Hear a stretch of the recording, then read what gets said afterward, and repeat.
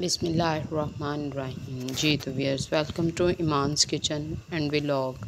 एक नए व्लॉग के साथ, एक नए दिन की रूटीन के साथ। आज माशाल्लाह से, आज जैसा कि आपको पता है कि गर्मियों का मौसम है और गर्मी बहुत ज़्यादा है और बच्चों को गर्मियों की छुट्टियां और बच्चे गर्मी में अब क्योंकि दिन का वक्त है और दोपहर तकरीबन 12 बजे का टाइम है और बच्चे खूब इंजॉय कर रहे हैं पानी में नहा कर। हाँ जी, तो आज गर्मी में बच्चों ने खूब इंजॉय किया, गर्मी में खूब खेले। बच्चों को कोशिश करें गर्मियों में कि बाहर कम खेलने दिया जाए, धूप में बच्चे कम से कम निकलें, घर में रहें। अब जब घर बंद हो तो तब तो बच्चे घर में रह के खेल लेते हैं, लेकिन अगर मेन डोर घर का हमारी, क्योंकि गली यहाँ से बिल्कुल बंद है, गली भी आगे से तो एंड पे हमारा कॉर्नर पे घर है, तो बच्चे गली में बाहर बहुत खेलते हैं। तो मेरी कोशिश ये होती है कि बच्चों को गली में कम से कम जाने दूँ, घर में जितनी भी एक्टिविटी हो सकती हैं घर में बच्चे खेलें। लेकिन फिर भी जब क्योंकि मोहल्ले में रहने वाले होते हैं उनका तो ये होता है कि बाहर बच्चों का खेलना बहुत ज़्यादा होता है। लेकिन अगर आप अब बड़े शहरों में दूसरे एरिया में चले जाएं, वहाँ पे ऐसे नहीं होता। कॉलोनियों वगैरह में वहाँ पे लोग बस घरों में ही अपने रहते हैं, तो वो लोग बाहर नहीं निकलते। लेकिन चूँकि हम लोग तो मोहल्ले में ही रहते हैं, तो यहाँ पे तो बच्चे शाम में भी अब अक्सर बाहर निकलते हैं। जो गली में बड़े बुज़ुर्ग होते हैं वो भी बाहर, पहले तो बहुत ज़्यादा होते थे, अब तो लोग फिर भी कम हो गए हैं कि गलियों में खेलने, लेकिन फिर भी ये होता है अभी भी। तो इसके साथ ही खेलने के बाद बच्चों को वो खेल कूद के बाद अब जैसा कि फ़ारिग हो गए हैं, तो अब उनको भूख लग गई है। तो दोपहर में मैं बच्चों को वैसे तो पराठा नाश्ते में ही बच्चे खाते हैं, लेकिन क्योंकि उन्होंने अब ये सालन के साथ रोटी नहीं खानी, तो मैं उनके साथ बस ये करूँगी कि उनको पराठा बना दूँगी। और पराठा अब वो बच्चे कटिंग करके आराम से खा लेते हैं। पराठा रोल बना दिया जाए, कुछ भी ऐसे बना दिया जाए। वैसे वो सालन के साथ तो सालन बिल्कुल भी नहीं खाते, तो अब मेरी कोशिश यही है कि बच्चों को ऐसे बना के दिया जाए ताकि वो खुश होकर खा लें और उनका पेट भी भर जाए। क्योंकि अगर खाना वो लोग टाइम पे नहीं खाएंगे तो फिर उनको थोड़ी थोड़ी देर के बाद, छोटे बच्चे हैं जैसे जैसे खेलते हैं तो कभी भूख लग गई कभी कुछ, तो फिर मेरी ये कोशिश होती है कि बच्चों को टाइम पे खाना दूँ और अच्छा खाना, ताकि वो खा के खेल कूद में वो ध्यान से खेल सकें और साथ में उनकी सेहत पे कोई फ़र्क ना पड़े। तो इसके साथ ही अब आपके साथ आज की रूटीन शेयर करूँगी। अब ये पराठा हमारा जो बन गया बहुत क्रिस्पी और टेस्टी सा बनेगा, आप भी ट्राई कीजिएगा ज़रूर। और बच्चों को, अगर घर में छोटे हैं तो उनको, जो बच्चे सालन नहीं ख़ास तौर पे खाते, तो किसी किसी किस्म का भी अगर वो सालन नहीं खाते तो आप उसको पराठे की शक्ल में बना के, तो अगर वो केचप शौक़ के साथ खाते हैं तो केचप के साथ दीजिएगा, मायोनीज़ शौक़ के साथ खाते हैं तो जिस भी चीज़ के साथ वो शौक़ से खाते हैं तो बना के दीजिएगा। तो इससे काफ़ी सहूलत हो जाती है बच्चों को हैंडल करने में। वरना उनके खाने के लिए बस बेकरी आइटम्स और दूसरी जो चीज़ें हैं उनको थोड़ा अवॉइड ही करना चाहिए, क्योंकि घर का खाना ज़्यादा बेहतर है बच्चों के लिए, बढ़ते बच्चों के लिए।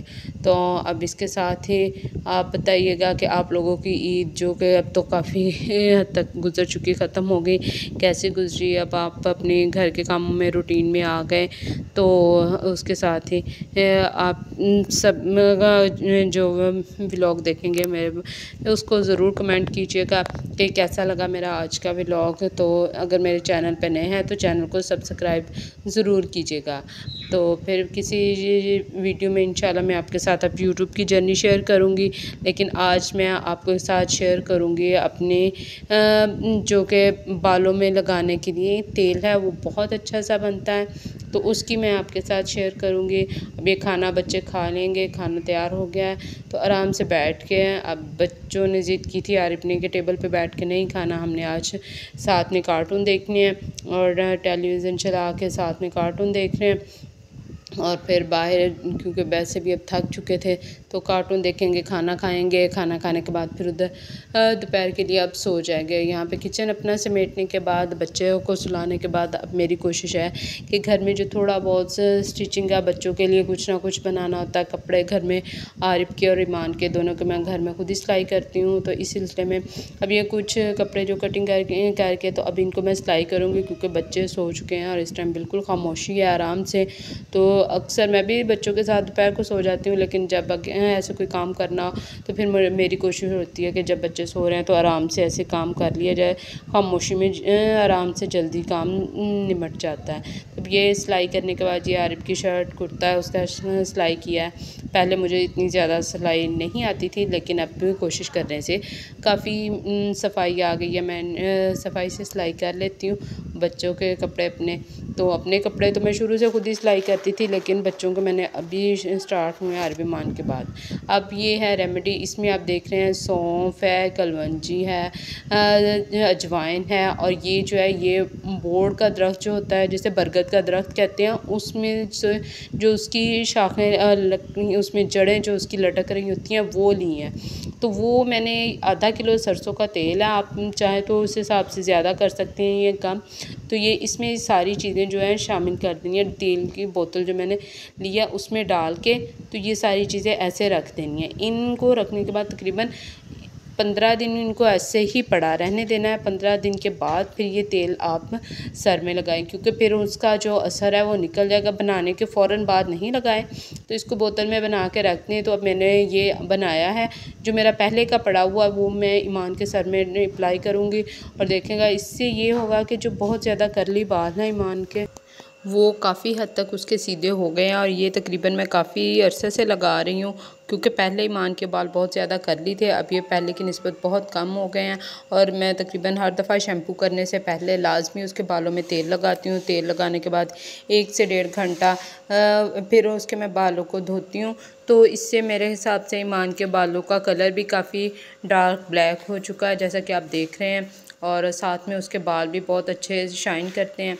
तो यकीनन आपसे मैं कहूँगी कि आप भी अगर आप घर में बच्चियाँ या अपने हैं तो ज़रूर लगाएं। आजकल तो गर्मी में नहा के बाल वैसे ही बहुत ज़्यादा रफ़ हो जाते हैं, तो ये तेल लगाने के बाद जब मैं उसके बाल शैम्पू करती हूँ तो माशाल्लाह से बहुत अच्छे लगते हैं। हर कोई पूछता है कि इसके बालों में क्या लगाते हैं, तो आप भी ज़रूर लगाइएगा, दुआओं में याद रखिएगा। फिर मिलेंगे जब तक नेक्स्ट वीडियो में, तब तक अल्लाह हाफिज़। और मेरे चैनल को अपनी दुआओं में याद रखिएगा, और मेरे चैनल को सब्सक्राइब करना मत भूलिएगा। चलिए जी, फिर मिलेंगे, अल्लाह हाफिज़।